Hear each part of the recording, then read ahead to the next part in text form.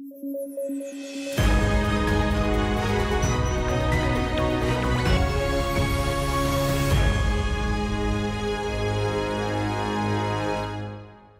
News at 9 programme में आपका स्वागत है। मैं हूं अमृत उपाध्याय। आइए जल्दी से देखें आज के हेडलाइंस।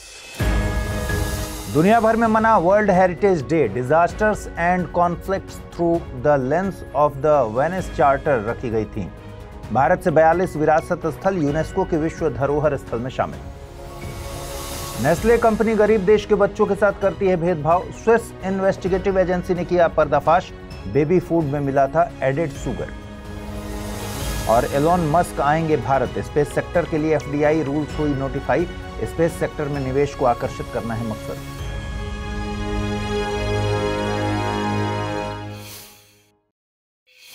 आइए खबरों की शुरुआत करें। 18 अप्रैल को दुनिया भर में वर्ल्ड हेरिटेज डे मनाया जाता है। इसे international day for monuments and sites के नाम से भी जाना जाता है। इसका मकसद सांस्कृतिक विरासत के महत्व और ऐतिहासिक इमारतों के संरक्षण के बारे में जागरूकता फैलाना है। साल 2024 के लिए इस दिन की theme disasters and conflicts through the lens of the Venice charter रखा गया है। वैश्विक स्तर पर वेनिस चार्टर मॉन्यूमेंट्स के लिहाज से एक बेहद जरूरी डॉक्यूमेंट है। ये दूसरे विश्व युद्ध के 2 दशक के बाद साल 1964 में आया था। इस चार्टर का क्रक्स है कि ऐतिहासिक धरोहरों को हिस्टोरिकल एविडेंस के तौर पर स्थायी रूप से संरक्षित किया जाना चाहिए। इस दिन को मनाने के प्रस्ताव को आईकोमॉस यानी international council on monuments and sites द्वारा साल 1982 में दिया गया था। इसे यूनेस्को ने अप्रूव किया था। आईकोमॉस सांस्कृतिक ऐतिहासिक धरोहरों के संरक्षण के लिए काम करने वाली संस्था है। भारत यूनेस्को की वर्ल्ड हेरिटेज कन्वेंशन का हस्ताक्षरकर्ता देश है। भारत ने साल 1977 में इस कन्वेंशन को रेटिफाई किया था। आपको बता दें कि भारत से 42 विरासत स्थल यूनेस्को के विश्व धरोहर स्थल में शामिल हैं। इनमें से 34 सांस्कृतिक हैं, 7 प्राकृतिक हैं और 1 मिक्स्ड की कैटेगरी में है। एक बार भारत में स्थित इन विश्व विरासत स्थलों के लिस्ट को भी समझते हैं। साल 1983 में आगरा का किला, ताजमहल और अजंता की गुफाओं को शामिल किया गया था। अजंता की गुफाएं महाराष्ट्र में हैं। साल 1984 में कोणार्क के सूर्य मंदिर और महाबलीपुरम के स्मारकों को शामिल किया गया था। कोणार्क का सूर्य मंदिर ओडिशा में है, वहीं महाबलीपुरम के मंदिर तमिलनाडु में है। साल 1985 में असम के काजीरंगा और मानस नेशनल पार्क को राजस्थान के केवलादेव नेशनल पार्क के साथ शामिल किया गया था। साल 1986 में खजुराहो, हम्पी के स्मारक समूह, गोवा के चर्चेज एंड कॉन्वेंट्स और फतेहपुर सीकरी को शामिल किया गया। खजुराहो मध्य प्रदेश में और हम्पी कर्नाटक में स्थित है। साल 1987 में पट्टक दल के स्मारक समूह, Sundarban national park, Elephanta caves और ग्रेट लिविंग चोल टेम्पल्स को शामिल किया गया। पट्टक दल के स्मारक समूह कर्नाटक में स्थित हैं। चोल मंदिर समूह में तंजावुर का बृहदेश्वर मंदिर, गंगई कोण चोलपुरम मंदिर और दारासुरम का ऐरावतेश्वरम मंदिर शामिल है। साल 1988 में उत्तराखंड के Nanda Devi and valley of flower national park को शामिल किया गया। साल 1989 में मध्य प्रदेश स्थित सांची के बौद्ध स्तूपों को इस सूची में शामिल किया गया। 1993 में दिल्ली स्थित हुमायूं का मकबरा और कुतुब मीनार के स्मारक समूहों को शामिल किया गया। गौरतलब है कि भारतीय पर्वतीय रेलवे अलग अलग राज्यों में स्थित है। साल 1999 में दार्जिलिंग हिमालयन रेलवे को इस सूची में शामिल किया गया। 2005 में नीलगिरी माउंटेन रेलवे को और 2008 में कालका शिमला रेलवे को इस सूची में जगह दी गई। साल 2002 में बोधगया स्थित महाबोधि टेम्पल कॉम्प्लेक्स को भी जगह मिली। 2003 में मध्य प्रदेश स्थित भीमबेटका की गुफाओं को सूची में शामिल किया गया। 2004 में छत्रपति शिवाजी टर्मिनस और चंपानेर पावागढ़ आर्कियोलॉजिकल पार्क को इस सूची में जगह मिली। चंपानेर पावागढ़ आर्कियोलॉजिकल पार्क गुजरात में स्थित है। साल 2007 में दिल्ली स्थित रेड फोर्ट कॉम्प्लेक्स को भी इसमें जगह मिली। 2010 में जयपुर स्थित जंतर मंतर को शामिल किया गया और 2012 में पश्चिमी घाट को इस सूची में शामिल किया गया था। पश्चिमी घाट केरल, तमिलनाडु, कर्नाटक, गोवा, महाराष्ट्र और गुजरात में फैला है। 2013 में राजस्थान के हिल फोर्ट्स को इस सूची में जगह मिली। इनमें चित्तौड़गढ़, कुंभलगढ़, सवाई माधोपुर, झालावाड़, जयपुर और जैसलमेर शामिल हैं।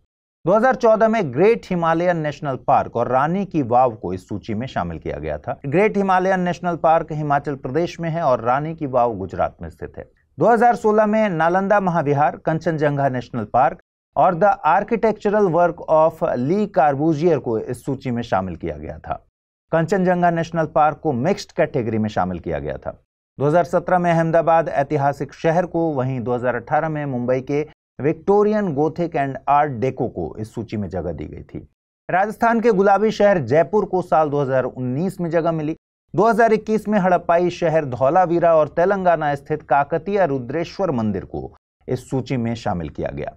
काकतीय रुद्रेश्वर मंदिर को रामप्पा मंदिर के नाम से भी जाना जाता है। बीते साल 2023 में भारत से पश्चिम बंगाल में स्थित शांति निकेतन और कर्नाटक के होयसल मंदिर समूहों को भी इस लिस्ट में शामिल कर लिया गया है। इनमें बेलूर, हलेबीडु और सोमनाथपुर में स्थित होयसल मंदिर शामिल है। इन मंदिरों में मंदिर निर्माण की विशेष स्थापत्य शैली का प्रयोग किया गया है। मंदिरों का निर्माण तारे की डिजाइन में किया जाता है। साथ ही इन्हें एक ऊंचे प्लेटफॉर्म पर बनाया जाता है जिसे जगती कहा जाता है। मंदिरों के निर्माण के लिए क्लोरिटिक सिस्ट मटेरियल का इस्तेमाल किया जाता है। इसे सोप स्टोन भी कहा जाता है। बेलूर में स्थित चेन्ना केशव मंदिर यागची नदी के किनारे है। इस मंदिर को होयसल राजा विष्णुवर्धन ने बनवाया था। मंदिर को चोलों पर विजय प्राप्ति के मौके पर बनवाया गया था, इसलिए इसे विजय नारायण मंदिर भी कहते हैं। वैष्णव मंदिर होने के बावजूद इसकी दीवारों पर शैव, शक्ति, जैन और बौद्ध धर्म की तस्वीरें उकेरी गई हैं। हलेबीडु स्थित होयसलेश्वर मंदिर होयसल राजाओं द्वारा बनवाया गया सबसे बड़ा शिव मंदिर है। मंदिर के सामने एक नंदी मंटप बनाया गया है जिसमें नंदी की विशाल प्रतिमा है। मंदिर की दीवारों पर हिंदू देवी देवताओं, संतों, जानवरों, पक्षियों और होयसल राजाओं के जीवन के चित्र उकेरे गए हैं। हलेबीडु को पहले द्वार समुद्र के नाम से जाना जाता था। सोमनाथपुर के केशव मंदिर को नरसिंह तृतीया के काल में उनके जनरल दंडनायक सोमनाथ के द्वारा बनवाया गया था। चलिए आगे बढ़ें। आपने अपने आसपास कुछ ऐसे लोग जरूर देखे होंगे जिनका बिहेव लोगों के फाइनेंशियल स्टेटस के साथ बदलते रहता है। लेकिन क्या आप सोच सकते हैं कि ये रवैया कुछ कंपनीज अपने कस्टमर्स के साथ भी अपना सकती हैं? हाल ही में नेस्ले कंपनी को ऐसा ही भेदभाव करते हुए पाया गया।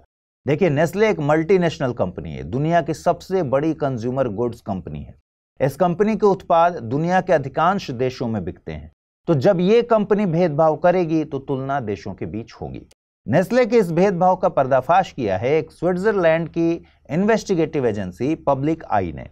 पब्लिक आई ने नेस्ले द्वारा एशिया, अफ्रीका और लैटिन अमेरिकी देशों में बेचे जा रहे बेबी फूड प्रोडक्ट्स की टेस्टिंग की थी।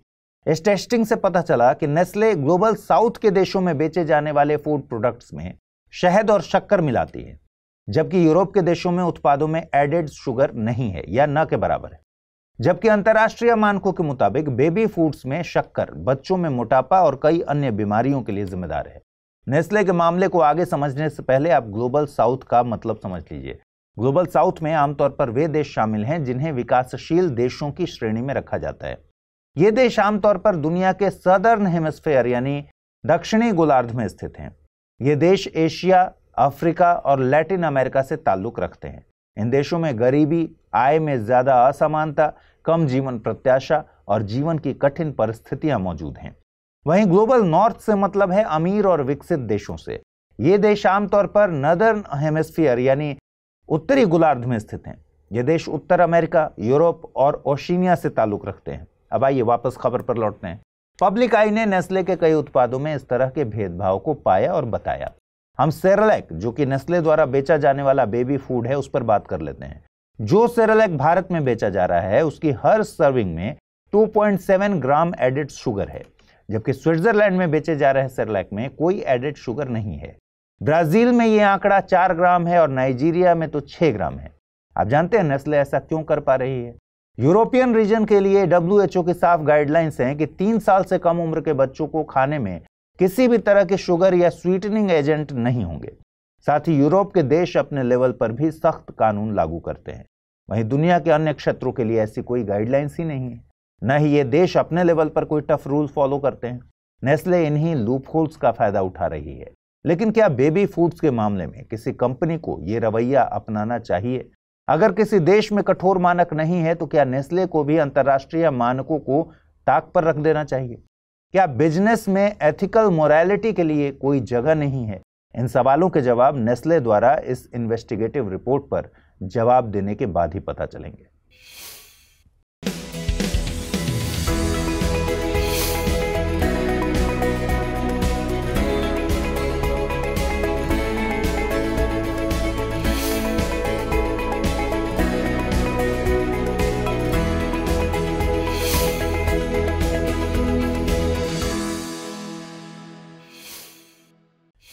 21 से 22 अप्रैल के बीच टेस्ला के मालिक एलोन मस्क भारत आने वाले हैं। यात्रा के दौरान उनकी कई भारतीय स्पेस कंपनी से मुलाकात की संभावना है। साथ ही एलोन मस्क का स्टारलिंक प्रोजेक्ट वो फाइनलाइजेशन के फेज में है। स्टारलिंक एक सैटेलाइट इंटरनेट प्रोजेक्ट है।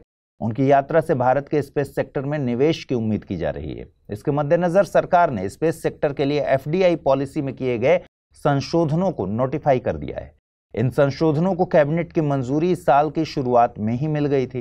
इन संशोधनों को foreign exchange management non debt instruments third amendment rules 2024 नाम दिया गया है। देखिए, इन संशोधनों का मकसद है भारतीय स्पेस सेक्टर में निवेश को आकर्षित करना। नए नियमों में क्या प्रावधान किए गए हैं, ये जानने से पहले भारत में FDI यानी फॉरेन डायरेक्ट इन्वेस्टमेंट का सिस्टम समझ लेते हैं। देश में FDI के लिए 2 रूट होते हैं, एक ऑटोमेटिक रूट है और एक गवर्नमेंट रूट है। यदि किसी क्षेत्र में FDI ऑटोमेटिक रूट के तहत अलाउड है तो निवेश से पहले किसी भी तरह के अप्रूवल की जरूरत नहीं होती। इसमें निवेश के 30 दिनों के भीतर RBI को सूचना देनी होती है। वहीं गवर्नमेंट रूट में जिस क्षेत्र में विदेशी निवेश किया जा रहा है वहां की कॉम्पिटेंट अथॉरिटी से परमिशन लेनी होती है। इन संशोधनों के जरिए satellite manufacturing and operation, satellite data products, ground segment and user segment में ऑटोमेटिक रूट से 74% FDI को अलाउ किया गया है। इनमें 74% के ऊपर FDI गवर्नमेंट रूट के जरिए आएगी। ऐसे ही लॉन्च व्हीकल और उससे जुड़े सिस्टम्स, लॉन्चिंग के लिए स्पेस पोर्ट की स्थापना में 49% FDI ऑटोमेटिक रूट से, वहीं 49% के ऊपर के लिए सरकार की अनुमति लेनी होगी। इसके अलावा satellite manufacturing and operation, satellite data products, ground segment and user segment के कंपोनेंट्स की मैन्युफैक्चरिंग के लिए 100% FDI की परमिशन ऑटोमेटिक रूट से दी गई है। नए नियम 16 अप्रैल 2024 से लागू कर दिए गए हैं। ये तो वर्तमान स्थिति की बात हुई। इससे पहले भारत में स्पेस सेक्टर में FDI की क्या स्थिति थी? इससे पहले establishment and operation of satellite में FDI गवर्नमेंट रूट के तहत ही अलाउ थी। देश में 18वें लोकसभा के चुनाव कल से शुरू होने वाले हैं। चुनाव में सबसे जरूरी बात क्या होती है? लोग वोट करें, मतदान की प्रक्रिया में शामिल तो हों। लेकिन ऐसा देखा जाता है कि शहरी क्षेत्र के वोटर्स ग्रामीण क्षेत्र की तुलना में वोट कम करते हैं। इसे अर्बन अपैथी कहते हैं, यानी शहरी उदासीनता। 2019 के लोकसभा चुनावों में कई राज्यों में शहरी वोटर्स की भागीदारी कम देखी गई है। लंबे वक्त से चुनाव आयोग अर्बन अपैथी के कारणों को जानने की कोशिश करता रहा है। शहरी वोटर्स के वोट न देने के कई कारण हैं, जैसे उन्हें लगता है कि लंबी लाइन में लगना होगा। आलस भी एक रीजन है, कौन जाए, कौन लंबी लाइन में लगे। और कई वोटर्स तो चुनाव की प्रक्रिया को महत्व ही नहीं देते। इसके उलट गांवों में लोग अपनी हर मुसीबत का हल सरकार को मानते हैं। वे वोट देके अपनी समस्याओं का हल ढूंढते हैं। 18वें लोकसभा के चुनावों को लेकर चुनाव आयोग ने conference on low voter turnout भी आयोजित की थी। इसमें चुनाव आयोग ने शहरी और गांवों के वोटर्स के लिए अलग अलग रणनीति बनाने की बात कही थी। इससे वोटर पार्टिसिपेशन को बढ़ाया जा सके। इसके लिए कई तरह के उपाय, मसलन लोगों में जागरूकता फैलाना, पोलिंग बूथ्स पर पार्किंग, लंबी लाइन का मैनेजमेंट इत्यादि करने की बात की गई है। देखिए, चुनाव आयोजित कराने में अच्छा खासा पैसा खर्च होता है। सिक्योरिटी फोर्सेस, प्रशासनिक अधिकारी, पोलिंग बूथ ऑफिसर्स, EVM जैसी व्यवस्था के लिए पूरी मशीनरी को मेहनत और काम करना पड़ता है। लेकिन अगर लोग वोट डालने ही न जाएं तो इस पूरी व्यवस्था का क्या मतलब निकलेगा? आप जानते हैं कि वोट देने का अधिकार हमें संविधान देता है। भारत का संविधान अनुच्छेद 326 के तहत हमें वोटिंग राइट मुहैया कराता है। इस तरह राइट टू वोट एक संवैधानिक अधिकार है। भारतीय संविधान का अनुच्छेद 326 18 साल से ऊपर के सभी वयस्कों को वोट डालने का अधिकार देता है। आपको बता दें कि 61वें संविधान संशोधन अधिनियम के जरिए वोट डालने की उम्र 21 से घटाकर 18 की गई थी। आप जानते हैं, जब हमारे संविधान निर्माता एडल्ट सफरेज यानी सार्वभौमिक मताधिकार पर बहस कर रहे थे तो कई लोगों का मानना था कि वोट डालने के लिए शिक्षा को एक आधार बनाना चाहिए। लेकिन हमारे फाउंडिंग फादर्स ने सभी वयस्कों को बराबर माना। शिक्षा, आर्थिक स्तर या ऐसे किसी भी डिफरेंस को वोट देने के अधिकार में आड़े नहीं आने दिया। अगर आपने वोट देने की एज कंप्लीट कर ली है तो चुनाव में वोट देने जाएं और अपने संवैधानिक अधिकार का प्रयोग जरूर करें। आइए अब जल्दी से देखें आज के रैपिड न्यूज में क्या है खास। ममता जी सागर को साहित्य में उनके उल्लेखनीय योगदान के लिए विश्व साहित्यिक पुरस्कार से सम्मानित किया गया। ममता जी सागर कन्नड़ कवयित्री हैं। इसके साथ ही वे प्रसिद्ध नाटककार और एकेडमिशियन भी हैं। यह पुरस्कार विश्व लेखक संगठन द्वारा प्रदान किया जाता है। इसका उद्देश्य वैश्विक स्तर पर साहित्य में महत्वपूर्ण योगदान देने वाले लेखकों को प्रोत्साहित करना है। डीआरडीओ द्वारा स्थापित स्पेस प्लेटफॉर्म का केरल में उद्घाटन किया गया। यहाँ स्पेस से तात्पर्य है submersible platform for acoustic characterization and evaluation. इसमें 2 अलग अलग प्लेटफॉर्म शामिल है। एक प्लेटफॉर्म पानी की सतह पर तैरता रहेगा और दूसरा सबमर्सिबल प्लेटफॉर्म जिसे विंच सिस्टम का उपयोग करके 100 मीटर तक गहराई में उतारा जा सकता है। इसका उपयोग मुख्य रूप से संपूर्ण सोनार प्रणाली के मूल्यांकन के लिए किया जाएगा, जिससे सेंसर और ट्रांसड्यूसर की त्वरित तैनाती और आसानी से रिकवरी उपलब्ध होगी। इसरो ने रॉकेट इंजन प्रौद्योगिकी में बड़ी सफलता हासिल की। दरअसल इसरो ने रॉकेट इंजनों के लिए हल्के कार्बन कार्बन नोजल का विकास किया। यह रॉकेट इंजनों के थ्रस्ट स्तर, स्पेसिफिक इंपल्स और थ्रस्ट टू वेट अनुपात में सुधार लाएगा, जिससे लॉन्च वाहनों की पेलोड क्षमता को बढ़ाया जा सके। इस नोजल की मुख्य विशेषता silicon carbide anti oxidation coating है, जो ऑक्सीकरण कंडीशन में इसकी परिचालन सीमाओं को बढ़ाती है। हिमाचल प्रदेश के धर्मशाला स्टेडियम में हाइब्रिड पिच स्थापित की गई। इसी के साथ यह बीसीसीआई से मान्यता प्राप्त पहला हाइब्रिड पिच वाला स्टेडियम बन गया है। इस हाइब्रिड पिच को सिस ग्रास नामक कंपनी द्वारा बनाया गया है। यह नीदरलैंड की एक कंपनी है। हाइब्रिड पिच की बात करें तो यह मैदान के अंदर की नेचुरल टर्फ के साथ कुछ प्रतिशत पॉलीमर फाइबर से मिलकर बनी होती है। हाइब्रिड पिच ज्यादा टिकाऊ, स्थिर और हाई परफॉर्मिंग होती हैं और इन पिचों पर समान उछाल भी देखने को मिलता है। एशियन कुश्ती चैंपियनशिप 2024 का समापन हो गया। 6 दिवसीय चैंपियनशिप में भारत के 30 पहलवानों ने हिस्सा लिया। इसमें पुरुष पहलवानों ने 3 और महिला पहलवानों ने 6 पदक अपने नाम किए।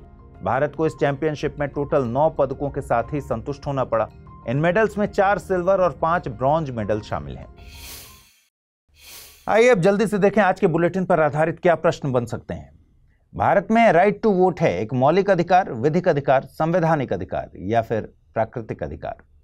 अगला प्रश्न है होयसल मंदिर समूह स्थित हैं कर्नाटक, केरल, तमिलनाडु या फिर आंध्र प्रदेश।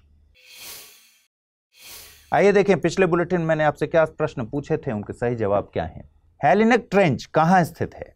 लाल सागर, कैस्पियन सागर, भूमध्य सागर या फिर अरब सागर। इस प्रश्न का सही उत्तर है ऑप्शन सी यानी भूमध्य सागर। अगला प्रश्न था इक्वाडोर स्थित है दक्षिण अमेरिका में, यूरोप में, उत्तर अमेरिका में या फिर एशिया में, और सही जवाब है विकल्प ए यानी दक्षिण अमेरिका। तो आज इस बुलेटिन फिलहाल इतना ही। कल रात 9 बजे आपसे फिर से मुलाकात होनी है। ख्याल रखिए अपना, ठीक से पढ़ाई कीजिए। अगर आप इस बुलेटिन की पीडीएफ चाहते हैं तो अमृत उपाध्याय 007 टेलीग्राम चैनल है जिस पर इसकी पीडीएफ रोजाना उपलब्ध होती है। और आज जो सवाल मैंने पूछे हैं उनके जवाब जरूर दीजिएगा कमेंट बॉक्स में। नमस्कार।